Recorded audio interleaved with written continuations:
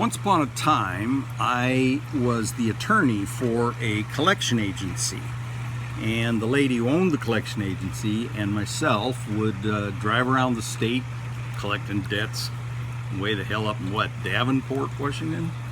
And so one day she says, would you come and speak to the local association, I think it was called the National Association of Credit Managers. Come and talk to us. Well, what about? Well, why don't you talk about the new Chapter 13 bankruptcy rules? I said, I don't want to talk about that. Why don't you go get a real lawyer? Well, then, if you don't want to talk about bankruptcy, why don't you tell some of those jokes that you tell me when we're driving around the state? I said, I don't think, like in a public meeting with a whole bunch of ladies, they're going to want to hear my jokes.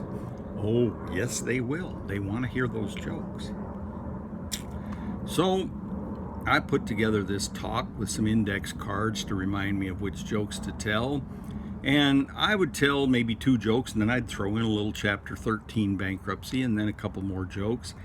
I got to tell you, those middle-aged ladies, they were pounding the tables with their open palms, laughing, shrieking hysterically.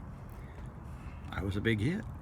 So when the meeting was over, this guy comes up and he says, hey, I'm the president of the Tacoma chapter of the National Association of Credit Managers, and I would be very grateful if you would come over and give this talk in Tacoma. I'll pay your expenses.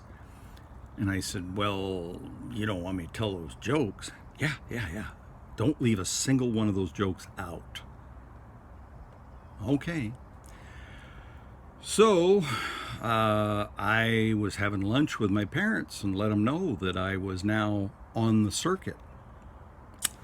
My expenses are being, you could even say, I'm being paid to go to Tacoma and do my act. And my dad exploded. And, these people are not paying money for you to come and tell dirty jokes. Well, yeah, Pop, actually, I asked about that, and they are. Now, you got to get that. My dad had no sense about when a joke was appropriate and whether it was appropriate. And I'm not going to give any details because, even I have some standards, even for a broadcast such as this. But on one occasion, he told this joke to this very, very nice, very nice couple where the dad had been part of the German Brethren, one of these Anabaptist descendants, and the mom was just this sweet lady, and I think they had 1 or 2 daughters with them, teenage daughters, and my dad tells this joke that I can't repeat to you. It's just terrible. Oh, they're not paying you to tell those jokes. God, the lunch ended. I had to get up and leave because he was screaming so loud at me that these people were not going to pay to have these goddamn No, he never used goddamn. He swore an oath to himself when he was a little boy that he would keep all 10 commandments. And on his deathbed, well, actually one of several deathbeds, this was probably the first of 3 deathbeds, where he told me that he had ended up breaking all the commandments except one, and that was he had never said God damn it.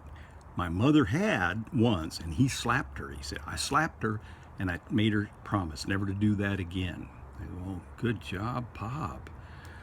Anyway, so he didn't say God damn it, but he used shit a lot, as I remember. Anyway, he's yelling at me to straighten out and not go over to Tacoma and tell dirty jokes, so I had to leave. Anyway, me and my little Mormon wifey of the time, we drove over to Tacoma and I told my jokes, and everybody just had one hell of a good time, God damn it.